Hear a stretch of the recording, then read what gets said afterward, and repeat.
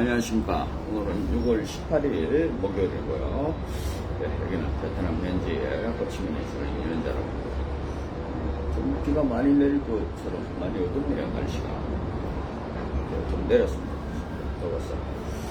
많이 기다리고. 오늘은 뭐 간단하게 방송을 좀 이어가도록 하겠습니다. 특별한 진행사항은 없습니다. 근데 보면, 이제 페이스북으로 저한테 뭐 이 여성 마음에 듭니다, 뭐 소개해주세요, 이러시는 분들이 꽤 계세요. 근데 페이스북으로 그래봐야 저 소개 안 합니다. 소개 안 하고, 그냥 여기는 국제결혼업체라고 하고, 그 똑같은 얘기를 그냥 뭐 몇십 개씩 다 하시는 분들 계십니다. 바로 차단해버립니다, 저는. 그냥 제가 이제 페이스북이나 뭐 또 유튜브나 및 밴드나 이런 걸 운영하다 보면 저한테 이제 알림이 뜨잖아요. 알림이 뜨면 똑같이 그렇게 하는 사람 뭐 저로서도 그렇게 좋은 감정을 가지진 않잖아요. 한국 말귀를 못 알아듣는 것도 아니고 관심 있으면 카톡으로 문자하라 그러는데도 그러시는 분들이 계십니다. 그리고 뭐 본인들은 하나지만 저는 이제 뭐 페이스북에 달리죠, 스토리에 달리죠 이러면은 하루에 그냥 알림이 몇십 개가 옵니다. 그렇게 그런 건 하지 마세요. 나중에 하신다고 하시더라도 차라리 그냥 가만히 보고 계시다가 본인이 하실 때 시작하시는 게 낫지. 그런 식으로 뭐 장난 반, 농담 반, 비슷하게 그렇게 하셔봐야 저한테 좋은 감정을 못 느낍니다. 저하고 뭐 별로 그렇게 좋은 그거 없으면 또 저를 통해서 또 소개를 받으실 이유도 없는 거죠. 저는 카톡으로만 상담해드립니다.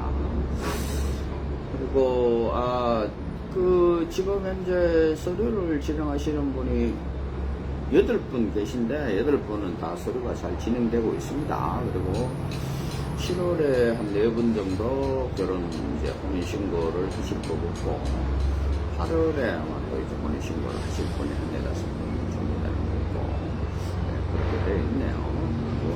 각자 일정에 맞춰서 저희들이 작업을 해드리니까 그때 들어오시면 되고요. 오늘 제가 드리고 싶은 얘기는 최근에 이제 그 유튜브나 뭐 이런 데 보면은 자기가 뭐 15년을 냈니 20년을 냈니 또 아니면 그런 것도 없이 그냥 오늘 결혼해가지고 내일 이사업을 하시는 분들이 계시고 뭐 이런 분들이 계십니다. 그런 분들의 특징이 뭐냐면 뭘 자꾸 정답이 있는 것처럼 얘기를 합니다. 근데 제가 해보면 정답은 없습니다. 어떤 분들은 왜 신부가 도망가는 줄 아느냐? 그 정답이 어디 있습니까? 수많은 이유가 있죠. 수많은 이유가 있는 거고 그거에 대해서 맞다 틀리다는 없는 거죠. 물론 신부들이 한국 가서 다 잘 살았으면 저도 좋습니다. 그랬으면 좋겠고요. 근데 그 도망가는 신부들 입장에서는 또 도망을 가야 하는 어떤 그런 이제 입장이라는 게 있는 거고, 또 그런 일을 당하는 신랑분 입장에서는 막상 그런 일을 당하면 본인이 이제 굉장히 좀 이제 타격을 받겠죠. 저는 어떤 정답보다는 제가 26년 이 일을 하고 보면 이제 경험들이 쌓이잖아요. 경험들이 쌓이면 저는 신랑분들한테 이런 말씀을 드리고 싶습니다. 한국에서 저는 신부가 도망을 가고 한국에서 잘 살고 못 살고는 잘 모르겠습니다. 솔직한 얘기로. 그걸 왜 모르냐? 제가 경험을 하는 게 아니잖아요. 각자의 그 남자가 어떻게 해주는지, 어떤 분은 한 달 안에 도망을 가고 어떤 분은 4일 안에 도망을 가고, 도망을 가는 것도요. 어떤 분은요 한국으로 도망가시는 분이 있습니다. 나와서 취업을 한다든가 이런. 근데 또 어떤 신부는 베트남으로 돌아옵니다. 그런 것들은 그 돌아온 신부들을 제가 일일이 만나가지고 왜 돌아왔냐 어째 돌아왔냐 이런 걸 누가 오락한다고 옵니까? 그렇죠. 못합니다. 못하고 다만 이제 저는 이제 베트남에서 신부들이 여기 있을 때 생활을 곰곰이 보면 제가 신랑분들한테 팁을 드리자면 제일 첫 번째, 신부한테 끌려다녀서 좋을 거 하나도 없습니다. 대부분의 신랑들은 신부한테 끌려다닙니다. 많이 끌려다닙니다. 이제 그게 이제 뭐 나이가 깡패다 보니까 뭐 20년, 25년 막 어린 아가씨들을 만나다 보니까 딸 아니잖아요. 내가 부인을 얻는 거예요. 근데 딸처럼. 근데 그렇게 되면 어떻게 되는 줄 아세요? 친구들은 한국에서 그렇게 대접을 받을 줄 알죠. 근데 한국에서 계속 그렇게 해주지는 못하잖아요. 그래서 끌려다니지 마세요. 제일 첫 번째. 아니다 싶으면 과감하게 멈출 줄도 아셔야 돼요. 두 번째, 대부분의 신부들은요, 우리도 이제 기숙사를 생활하면, 저는 이제 기숙사를 저희들이 직접 이제 저희 회사가 운영을 하고 있잖아요. 그러다 보니까 일반적인 회사보다는 굉장히 시설이나 뭐 안에서의 생활이나 다 좋습니다. 그런데도 신부들은 그 기숙사에 있기 싫어합니다. 우리 회사가 이런데 뭐 그냥 일반적인 오늘 만나서 내일 결혼하는 그런 이제 기숙사는요, 여러분들은 그런 기숙사를 안 가보고 모르니까 그렇죠. 거기 기숙사에는 진짜 사람 살 때 못 됩니다. 조그만한, 그러니까 뭐 그대야 뭐 한 5평, 6평 되는데 2층으로 간이 2층을 달아가지고 거기서 뭐 적게는 한 10명. 그러니까 우리 쉽게 말하면 우리가 흔히 뭐 교도소, 구치소라고 그러잖아요. 거기보다 더 적습니다. 예. 그리고 뭐 밥 먹는 거나 뭐 거기 뭐 에어컨이 있습니까? 뭐가 있습니까? 햇볕도 잘 안 들어요. 창문도 없어요. 그러다 보면 진짜 지내기 싫죠. 근데 우리는 이제 그걸 알죠. 옛날부터 이 일을 했으니까. 근데 우리가 생각할 때는 그런 기숙사에 있던 신부들이 여기에 오면, 우리 기숙사에 오면 좋아하죠. 뭐 아침에 수영할 수 있죠. 뭐 운동하고 싶으면 그 체육시설도 있죠. 뭐 탁구장 있죠. 가라오케 있죠. 나가는 거를 뭐 올해 몇 시간 나가는 거야 허락을 받아야 되지만, 잠시 밑에 나가서 산책하고 오겠다 하면 누가 뭐 그걸 말리기를 합니까? 뭐 아무것도 없어요. 그렇지만 그렇게 공부하는 신부들도 기숙사에 있기는 싫어합니다. 또 뭐냐, 그렇게 여기에 있는 신부들은 그런 시설이 나쁜 기숙사를 못 가보고 모르잖아요. 그러니까 비교를 못 하는 거죠. 그냥 남한테 이제 나이가 19살, 20살 이러다 보니까 기숙사에 있으면요, 공부하라 그러죠. 청소하라 그러죠. 깨끗하게 쓰라 그러죠. 예? 이런 잔소리를 할 수밖에 없잖아요. 어디 뭐 몇 시간 나가고 누구 만나러 나가면 언제 가냐, 왜 나가냐, 누가 언제 들어오냐. 당연히 그런 잔소리 하죠. 그런 잔소리 안 하고 어떤 기숙사에 왜 있습니까? 그냥 집에서 있죠. 여러분들 착각하시는 게, 집에서 공부해도 토픽 시험 합격합니다. 집에서 요즘은 특히나 이제 뭐 시골에 가면요, 어학센터라고 그래야 되나요?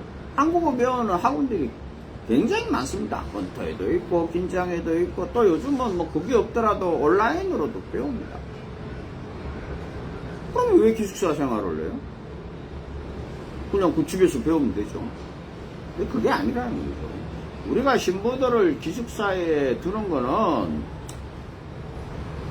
공부는 제가 봐서는 한 3번째 정도의 이유입니다.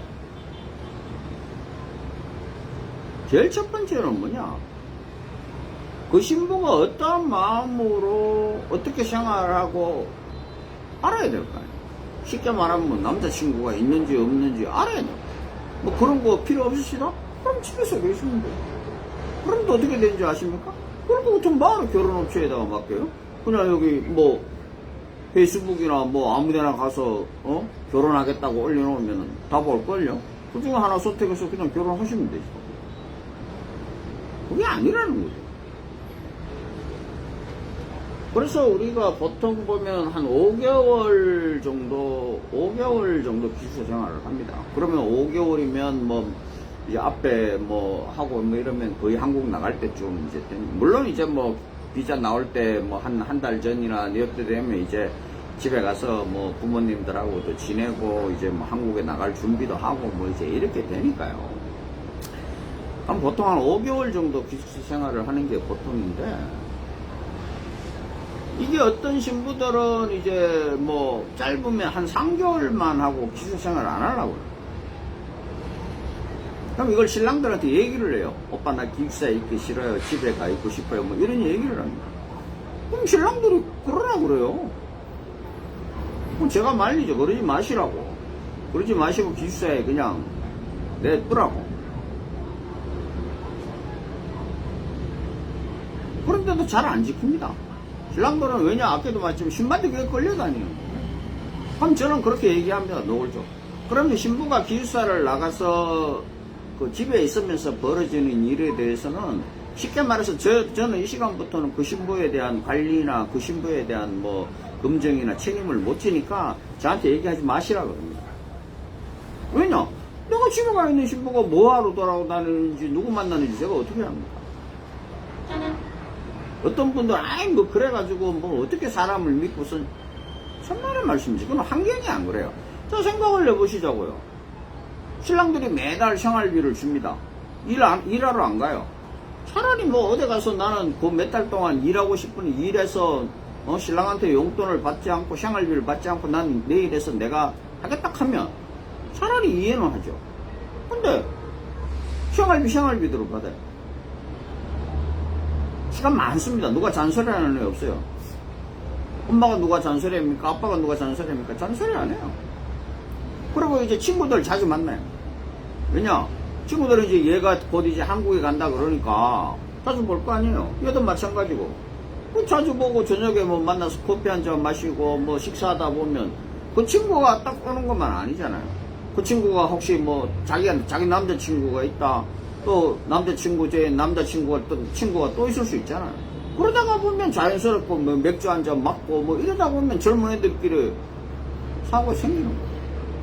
제 경험상 기숙사 떠나가지고 있는 2~3달 동안에 일어나는 사고가요, 베트남에서 일어나는 사고의 80%에서 90% 이상입니다. 그러면 뭐 어떻게 되냐? 이런 말씀 드리면 죄송하지만 그동안에 뭐 다른 남은 남자 애기 임신해가 간 신부들도 있고요. 또 뭐 어떤 신부들은 그런 신부도 있었어요. 그 신랑한테 뭐 이제 한국에 들어가기 전에 가족들하고 여행 가고 싶다고 여행비를 또 받았대요. 그래서 나중에 알고 보니까 그게 부모님하고 가족들하고 간 게 아니라 이제 남자친구가 갔더라고요. 그 남자친구가 언제 생기는지는 알 수는 없죠. 근데 여기 기숙사에 있으면 그 남자하고 연락 못하죠. 몇 달 동안 연락할 수가 없죠. 그렇게 된다는 거예요. 왜 그런 거를,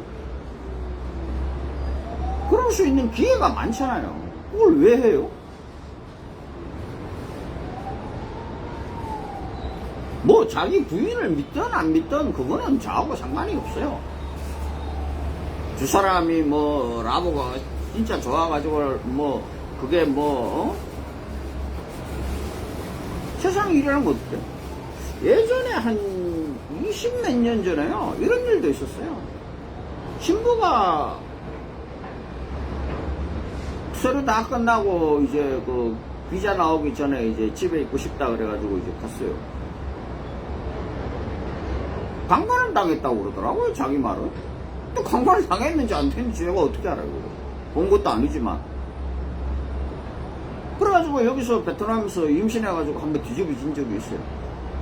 물론 다행히 그 신부가 베트남 한국에 나가기 전에 알게 돼가지고 그 신랑한테 통보하고 그 신랑하고 이제 이혼하고 정리하고 그 신랑은 이제 다른 사람을 만났지만 그런 일도 있는 거예요.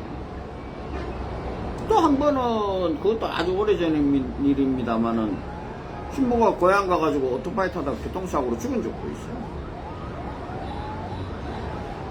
그런 일이 발생해요. 뭐 그런 일은 뭐 저도 그런 일이 수천 건간에 한 건이죠. 그렇지만 그건 당하는 사람 입장에서는 안 그렇잖아요. 근데 왜 그렇게 하냐고.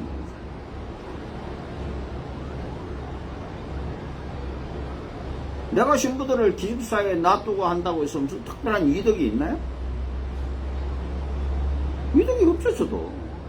하지만 그런 일을 당하다 보니까 신부 집에 있는 것보다는 기숙사 생활을 끝까지 하고 가는 게 좋은 게 제 경험상 정답은 없습니다. 다만 제가 분명히 말씀드린 거는 기숙사를 나가면 저는 그렇게 얘기합니다. 이 순간부터 벌어지는 일에 대해서는 회사에다가 말하지 마라. 그거를 받고 보냅니다. 그러니까 그걸로 인해서 뭐 신랑들이 저한테 뭐 어쩌고 저쩌고 말 못하죠.